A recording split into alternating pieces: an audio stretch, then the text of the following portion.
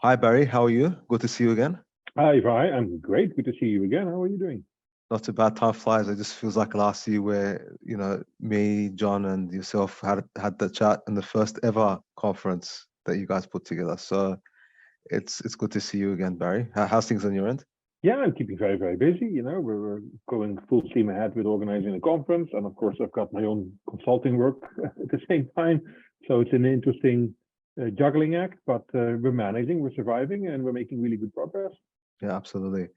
Well, I mean, you know how it's been. The past year's been a bit haphazard with a lot of the updates that are going around. And without going into too much speculation, Barry, what's sort of the glaring things that you've been seeing, or the things that you've been speaking to both, people in our industry and with your clients?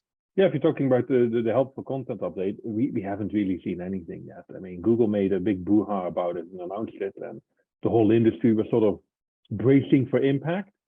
And then they said it started rolling out on the 25th of August, and Yeah. I haven't seen anything. I can't say any of my clients have been affected in any way.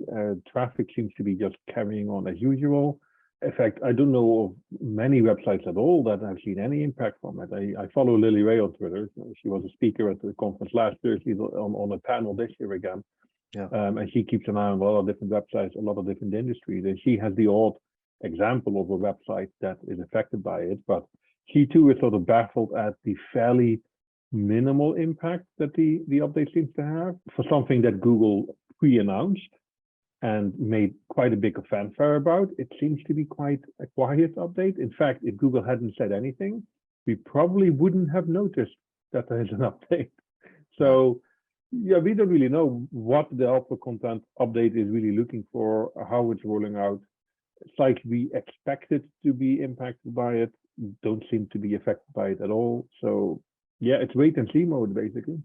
Yeah, definitely. And Glenn Gabe and Lily Ray always have those chats between each other on Twitter about that. I think there's also in the news SEO community, or maybe it was the journalism SEO Slack channel, that a lot of people were also talking about Discover drops and stuff like that. But anyways, I think I wanted to talk to you more about, particularly because you're the stoic of the AMP, and how that's a lot of that's also been now like loosened up, particularly with the schema markup and everything else. Like, have you seen much of anything around that when in the past year since we last spoke? Any updates around that, and particularly around top stories that you've seen change, or you're advising anything else differently? Yeah, I mean, when it comes to accelerated mobile pages, it's dying a slow, a protracted death, really. I get the impression Google has sort of let go of that particular standard. I mean, they dropped the requirement for mobile top stories, I think it was last year even. And a lot of publishing clients have since just said, right, okay, we're not going to maintain the AMP standard anymore and just going to focus on making our own regular article templates better. And that does seem to be the right approach. I mean, it was only a few weeks ago when a fairly big publisher, the name just escaped me, but they basically turned off AMP and didn't see any meaningful impact from that at all. And we see more and more of those examples pop up all the time. Publishers feel confident that their regular articles perform fast enough and well enough, and they turn off their AMP version, and all their visibility and top stories is basically replaced with their regular articles rather than the AMP version of the article, and they don't see any negative impact from that at all. So yeah, it makes me very happy because, as you know, I'm not a fan of AMP.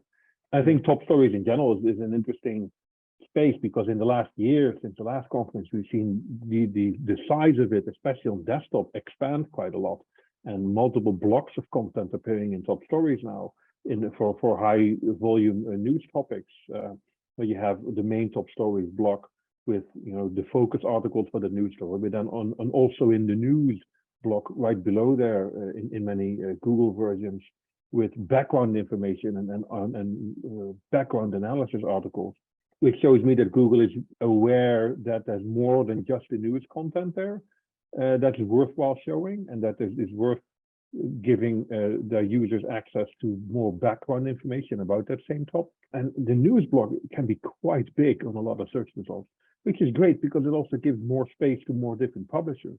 Google is getting quite good at putting a lot of different publishers in top stories boxes. We used to see where a publisher could dominate top stories and have 3 or 4 stories on one topic in a single top stories box.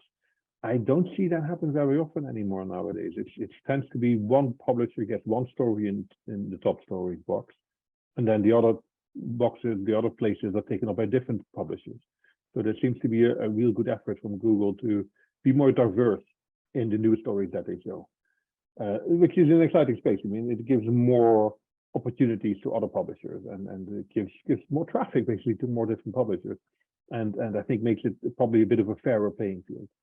So yeah, I like that AMP is sort of fading into the background, and I like that Google is definitely giving news a lot of prominence in its search results.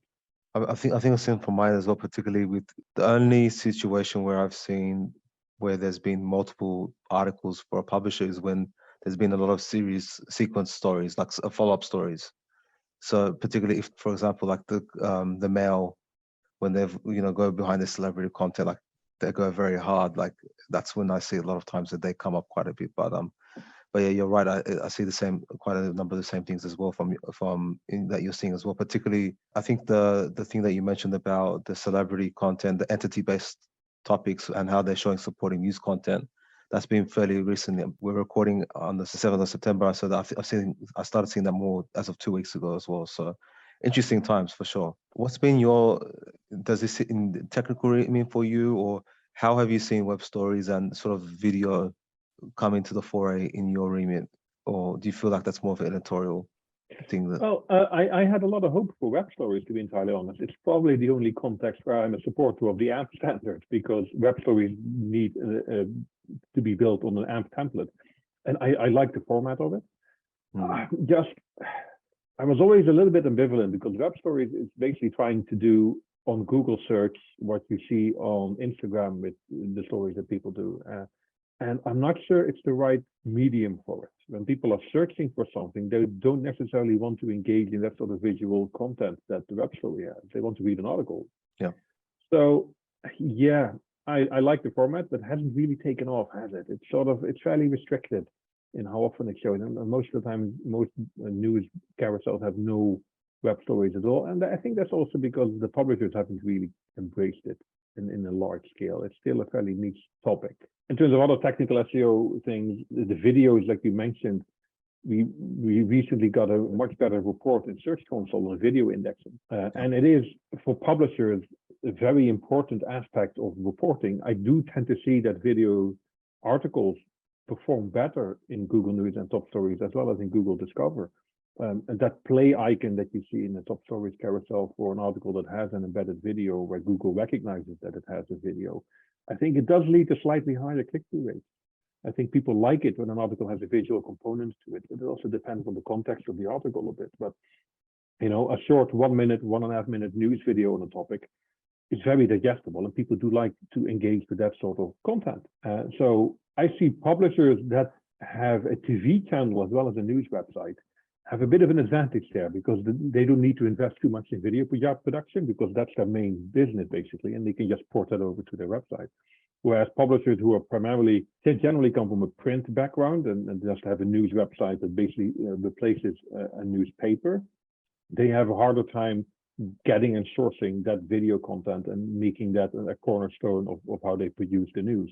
They're still very much focused on a text-based approach to news. And I think there's a happy medium there, where publishers do need visual content on their websites to make it more engaging, to supply what their readers want.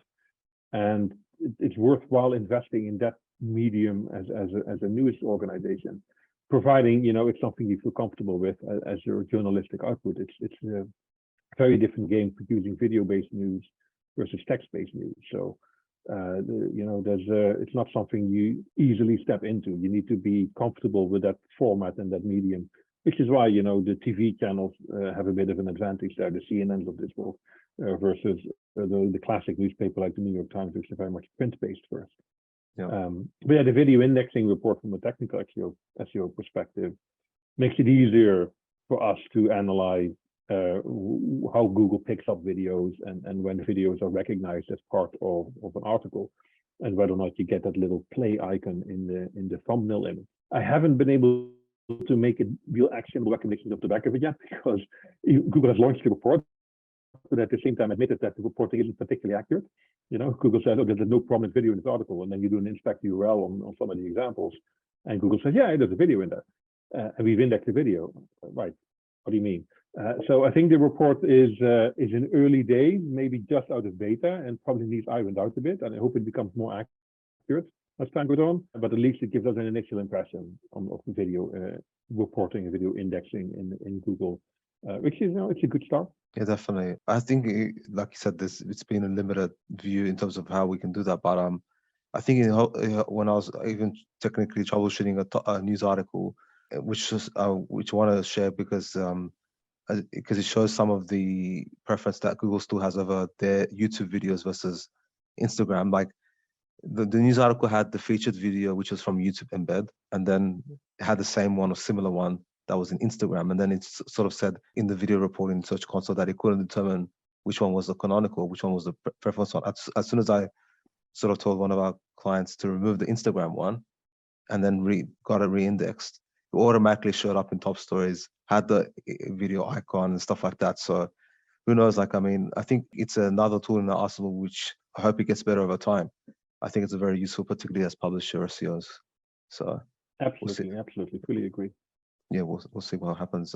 With all these constant changes and updates that are happening, is the approach still the same in terms of last time, like in terms of sort of being more what you see is what's determining your priorities with news SEO, or is there like tools that publishers need to evolve from? Like, I think I was having a look at your Twitter thread the other day, and you had a few series of posts of like, if you choose X number of tools, which one would they be? Maybe you're sort of doing a tongue-in-cheek sort of play for some of the vendors and stuff, but what's sort of your approach with your philosophy in terms of staying ahead? Yeah, I mean, when it comes to technical SEO, Google hasn't fundamentally changed how it crawls and indexes content, which is what technical SEO is about, enabling efficient crawling and indexing of content. It's a gradual evolution of how Google improves that. So, we haven't drastically changed how we approach technical SEO because it's more or less the same game. Google gets better and is a bit more fault tolerant, so there's probably fewer issues we have to worry about. But some of the core issues will always be the same. We need fast loading websites and clean HTML, highly prominent links, no reliance on clients like JavaScript if possible, and more of those sorts of things. So I do like the fact that the tool landscape in SEO is rapidly evolving and growing. I think SEO has proven its worth as a channel and as an industry. And we see a lot more venture capital backed software as a service firms pop in there to say, right, okay, we're going to build a tool that is really useful for the SEO industry because the industry is now big enough and reputable enough that it's worth developing a tool for that. And for example, when SEMrush went public as one of the first major SEO tool providers, that was a bit of a hallmark moment as well that proved that, yes, the SEO industry has real potential as a market for software vendors to focus on. It sort of kicked off a bit of a storm in the SEO tool industry as well, of consolidation and acquisition, where you see Content King, for example, being bought up by Conductor and other things happening where the software vendors are buying up other smaller software vendors. So there's a bit of a consolidation act going on. At the same time, we get new tools that pop up all the time to provide specific services for the SEO industry. I like testing out new tools. I like testing out new products, but I'm not going to drastically change my way of working. Over the years, I've been fairly loyal to a fairly small set of tools because they just really align well with the way that I work and the way that I like to audit websites and I like to analyze technical SEO issues. So, that too hasn't really changed. I sometimes stop using a tool when I find a tool that's slightly better at it, but that's quite rare. I'm a bit of an old dinosaur, maybe. I'm slow to change, but at the same time, when something really exciting comes along, I just jump on it and say, well, let's go give this a try and let's see how I can improve my own processes by using that particular tool. But we never need to lose sight of the fact that the tools help and they're very powerful and they can do a lot, but they never replace the human mind when it comes to analyzing websites and distilling what the tools find into actionable recommendations. A tool can crawl a website and say, oh, we found 100 internal redirects. That's an issue we need fixing.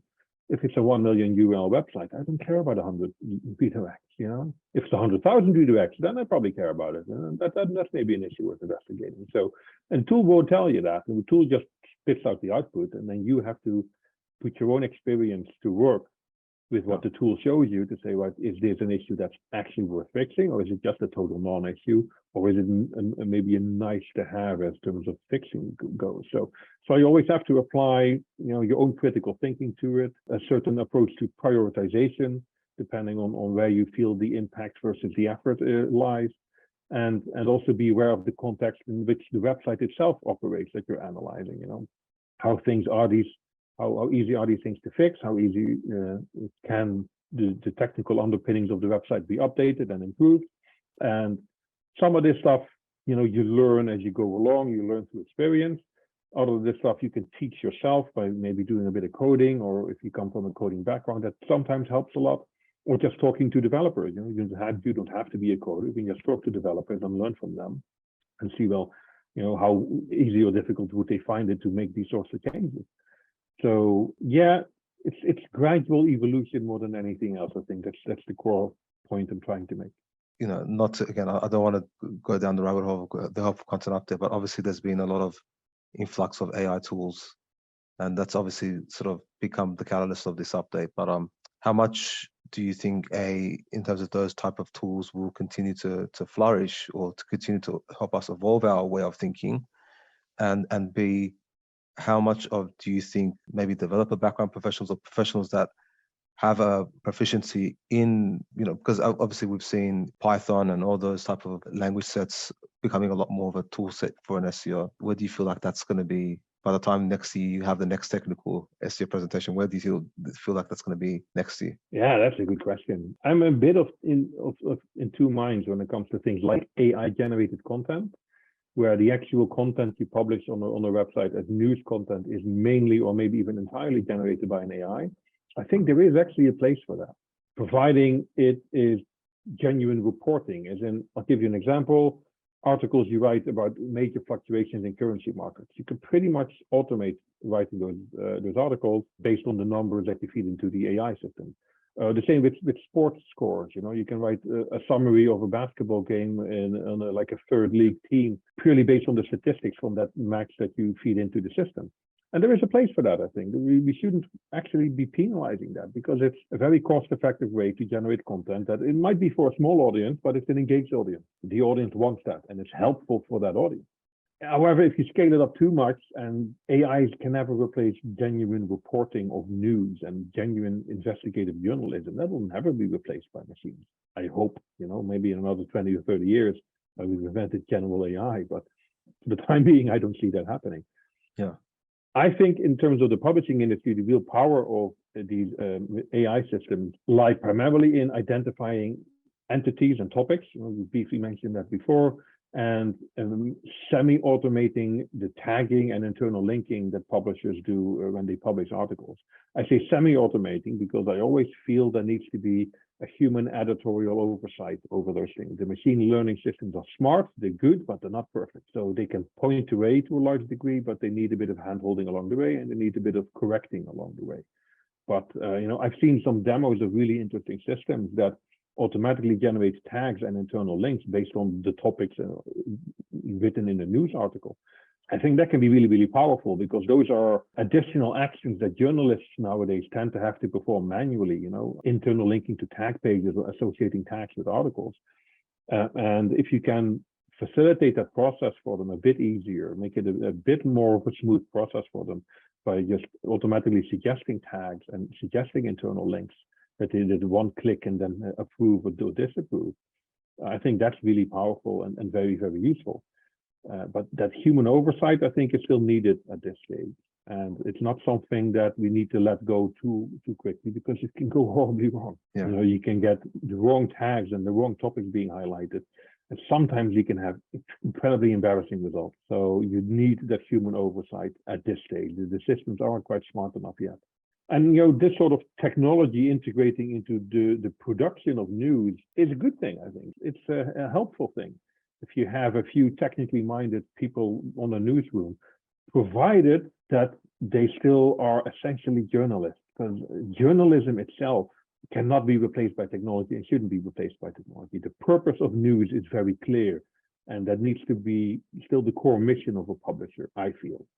Maybe I'm a bit old school about that, but I think No, I still, agree with you as well. I agree with you as well. And yeah, I think the main thing as well is, like, from my point of view, AI should help bring a level playing field, because we've got the big behemoths of the old school publishers or news corps in the world that, you can just throw a lot of money at a problem and sort of resolve it. But those small publishers don't have that. So long as I think it's regulated, it should be used as a way to level the playing field. And if that's what the audience wants, like those recaps, let them do that, so that then someone else can prioritize and do a better job in other areas, more original, in-depth reporting.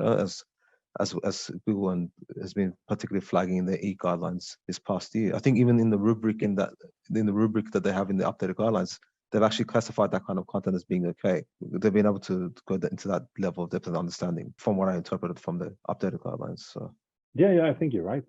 I mean, I'm not entirely sure Google can even fully detect when an article is written by a machine system, because we tend not to be able to detect it. And so how would Google, right? And it's still, if the article is genuinely useful and valuable for a reader, then it doesn't matter who wrote it, does it? It doesn't matter that it's a machine system that generated that content. yeah, So no, fair enough. Do you see much more of an SEO with a dev stack, or with the clients that you're working with, more of a technical mind? Like, I've seen some places, for example, they might have like a technical SEO specialist just focusing on, like, how in an agency model you might have a technical content specialist. I think that's becoming more apparent in publishing organizations now. Are you seeing that same thing as well, or how do you feel like the role might evolve in the next couple of years for publisher SEOs? yeah, I mean, historically, most SEOs working in news organizations tend to be journalists first, SEO second. I'm starting to see a bit of a shift there, where the SEOs first and then learn the trade of the news industry. And technical SEOs, as far as dedicated roles in news organizations go, I do see them pop up at specifically larger news organizations that tend to have multiple news websites. Yep. Which I think when it actually makes sense to have an in-house technical SEO.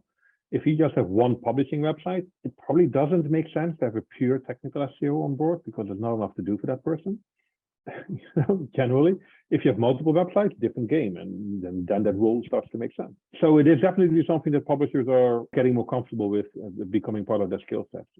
I also see some publishers have really good in-house developers who are upskilling themselves on SEO, so almost changing themselves from developers into tech SEOs, or adding tech SEO to their skill set as a developer. So they, again, is building those in-house capabilities and about making sure that they develop the tech stack of the publishing site in a direction that makes sense for Google, as well as for the business goals that they're trying to achieve. So it's definitely something that, again, as the SEO industry in general has matured, so have these in-house roles matured and become more commonplace, as people also understand that SEO isn't a dirty word and is actually quite a crucial skill set to have within an organization if you want to grow your audience and you want to develop and evolve as a news publisher or of any website, really. So yeah, it's really nice to see that with as an industry are being taken seriously, and that our craft is becoming a more prominent part of how people develop and improve their website. Yeah, I love that SEO has come to age in a nutshell. And even some of those SEOs, like you said, whether they then learn about journalism or go into more of a broader digital role, that they're able to do that because they have that foundation in place. So I look forward to seeing more of that happening in the future as well, for sure. Barry, let's go into speaking more about the event. I think, as we are being media partners last year, absolutely enjoyed trying to see how we can spread the word. And the speaker lineup they had last year was awesome as well. This year's no exception. Probably going to be, as you mentioned before we started recording, probably going to be hard at the top next year. So how were you able to bring together all these awesome speakers? What was your intentions this year? I know you pretty much, I think in the News SEO Slack group that you and John run, you said that if you guys say that we should run a next year, and in the feedback form that you sent in last year event, that we'll run it. And yeah, so I guess when you had that point of getting that validation from the community to then now running it, sort of what was the thought process, and how did you put sort of the agenda together this year? Yeah, when we launched the event last year, the first event, John and I had sort of a wish list of speakers, and almost all of them said yes straight away. So that sort of took care of itself. And we were quite surprised, very happily surprised, that they just said yes. Like, right, okay, great, brilliant. So for this year, John, I had a bit of a think as well first about, okay, what kind of topics do we actually want to talk about? And who do we feel would be the best speakers to address those topics? And again, we ended up with a fairly short list. And we decided to do those topics partially based on the feedback that we got from attendees of last year's event, and partially because of the direction that we see the news industry in general heading, and where we feel like it's probably worth having these sorts of discussions. Just how we, for example, we come up with a panel session. We're talking about career growth and career trajectories for SEOs and audience growth professionals. So I think that's definitely something worth discussing. So, again, we ended up with a wish list of speakers based on those topics. And again, pretty much everybody we wanted to speak said yes straight away, because most of them actually attended last year as well, which makes it easier to tell, I suppose, as a speaking slot. And then for one or two topics, we had to dig a bit deeper and try to find relevant speakers for that. And usually the first people we approached were like very keen and very happy. So it sort of very naturally came together quite quickly. And we ended up, again, with a really good roster of speakers. We probably topped last year's, which I thought was hard enough, because last year we had fantastic speakers. Really experienced people from fantastic publications. And this year, again, we thought, right, okay, we have the wish list. And like I said, nearly everybody said yes. So we end up with more speakers, more slots as well. We're expanding the event a bit. We are basically adding on one extra session a day for the 2 days. So we have extra sessions. And we get 2 panel sessions rather than 1 now. So again, we ended up very naturally with a really strong roster of speakers. And like you alluded to, I'm quite worried about next year. Like how do we make sure we keep topping it? Because we're sort of reaching a plateau of both the publications represented and the experience of the people in there. So, but at the same time, news industry is huge, and John and I probably don't know everybody.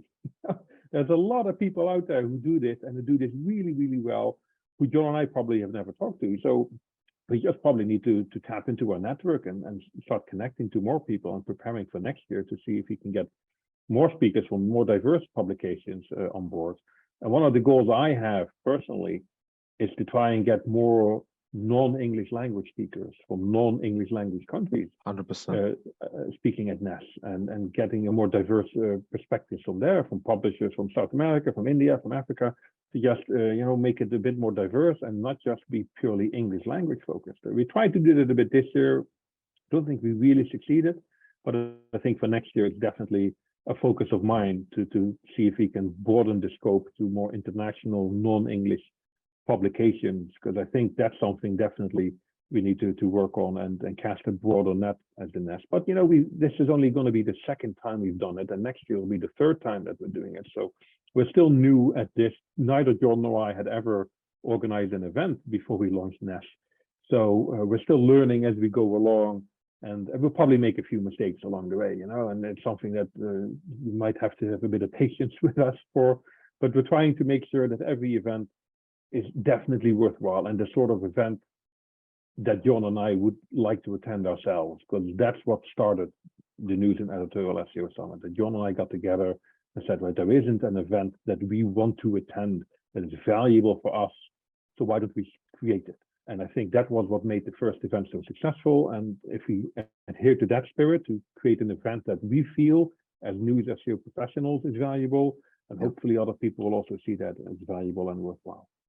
Yeah, I guess last his feedback spoke itself, and I'm just again, for people who are listening this via the podcast, they have in their agenda more unique topics like content and affiliate SEO for publishers, talking about live events, talking about workflows, talking about automation, on top of the State of the Union that yourself and John are running. I think, yeah, like you said, it's one that's very diverse, more specialized as well. So it's definitely pretty awesome on the agenda that you're covering. Is there any hints you can give us about your presentation? I don't want to give away the secret sauce too much, but yeah, I will be talking about the new reporting that we're getting in Google Search Console and how you can make that actionable and what you can actually take from that and turn it into actionable recommendations and fixes for your own website, as well as how Google News has slightly evolved over the last 12 months or so when it comes to crawling and indexing of content. I'm probably going to mention the demise of AMP because I can't help but be a bit smug about that. And show some case studies of websites that have deleted their AMP pages and basically just kept chugging along as before. And yeah, I'm always trying to find some interesting case studies and examples from clients of really interesting technical challenges that they have with technical SEO issues. So I'll try to sprinkle a few of those in there as well, real world case studies of things that have maybe gone wrong, or where we expected one thing to happen and something else happened. And it can maybe serve as a bit of a teachable moment for the technical SEO for anybody who is involved in similar projects. So I have a rough outline of the talk in my head, but I haven't yet started creating my slide deck for it yet. So that's definitely on my to-do list for the next few weeks. Does last minute lead to perfection? I've heard sometimes procrastinators are perfectionists, no? Or is this more of the hectic schedule, I guess, that you have? Yeah, it's more the hectic schedule if I'm entirely on it. The part of me wishes I'd already have it done, because I get quite anxious about it. Like, oh crap, I still need to create that deck, and I want to do a good job. That's the thing. Especially, I do it for all conferences. I always want to do a good job and make sure that the organizers of the conference felt it was worth getting very for this one.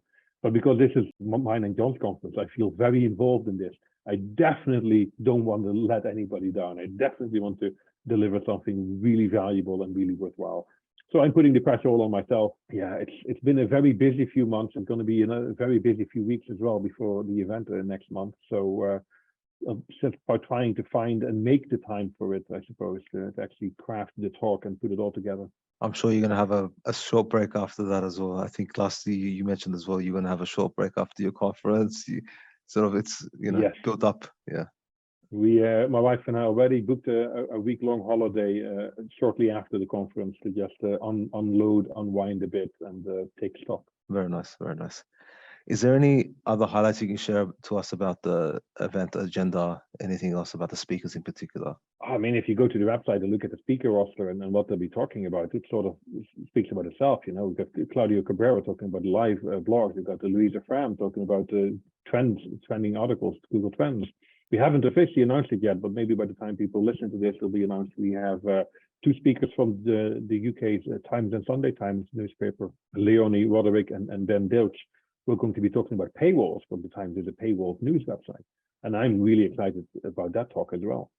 So yeah, it's going to be fantastic. I'm also really looking forward to the careers panel on day 2, where we have people talking about their own career in SEO. We have someone from agency background, someone from in-house, someone from all kinds of different backgrounds. They talk about how they got into SEO and how they've grown in SEO and news. So yeah, it's basically every talk I'm excited for, because I think I'm going to learn something from every single talk there. Yeah, I think like I was saying before, I think this one's a lot more diverse, and I appreciate you guys bringing out that a lot of different range of topics. Just for those, I guess, that also, I know this is going to be housekeeping, and I'm sure that it's already been said as well in the news, in the emails and stuff as well.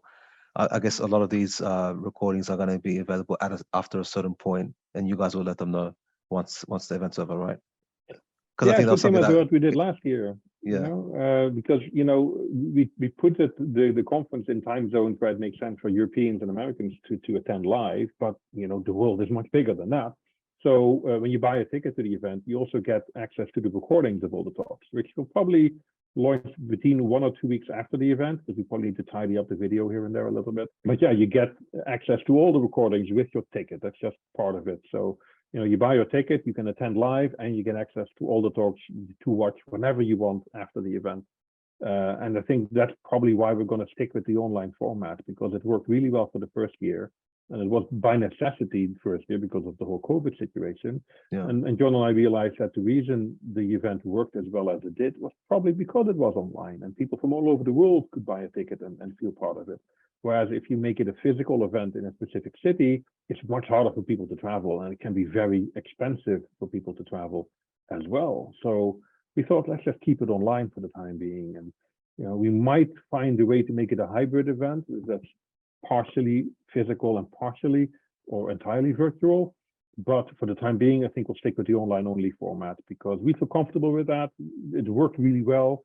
And like I said, it gives people the ability to just watch the recordings later whenever they want, and they don't have to get up at 3 a.m. their local time to participate in the event. Well, let's say hopefully it becomes as bigger, if not bigger, than Brighton this year, for example. Who knows? You might have I don't think we'll ever be that big. Yeah, I know you'll be people that big, come to Brighton SEO. That's quite special. Yeah, I mean, people from Brighton go all around the world come to that. But anyways, I'm sorry. I guess what I'm trying to say is like maybe that kind of online offline maybe might hopefully work once you uncover more of the hidden publishers that are out there around the world. So we'll see Exactly. over time. Barry, just in terms of closing our conversation, did you have any final words of any thoughts on technical SEO or anything that you wanted to cover about the event that you wanted to share that maybe I didn't ask for you today? No, I think we've covered a lot in this recording. I'm just really excited, both excited for the event. I can't wait for it to actually happen. And as well as my day-to-day work, it's always exciting and fun to work with publishers, and every website has their own unique challenges. There's always room for improvement there as well. You know, it's the fun about working in SEO and audience growth is never a dull moment. It's not easy to get into a boring routine. It's too exciting. It's too vivid, and news in general is just an industry that I'm really passionate about, and journalism in general. And I'm not a journalist myself, and I feel really privileged to be able to contribute, however modestly, to the work that journalists do and making sure that work gets an audience that it deserves. So yeah, it's just I'm absolutely privileged to do what I do, and really excited to be able to help deliver the news and SEO conference as well. That's why subjectively, I think publisher SEO is always the best SEO. So because you always are ahead. But with that, Barry, thank you so much again for joining us on the podcast this year. And break a leg, I'm sure you guys will do an awesome job as you've done last year. And I look forward to hopefully speaking to you same time this year again for the third conference. And sounds great to me, Rai. I'll hold you to that. Thank you very much for having me. Likewise. Thank you.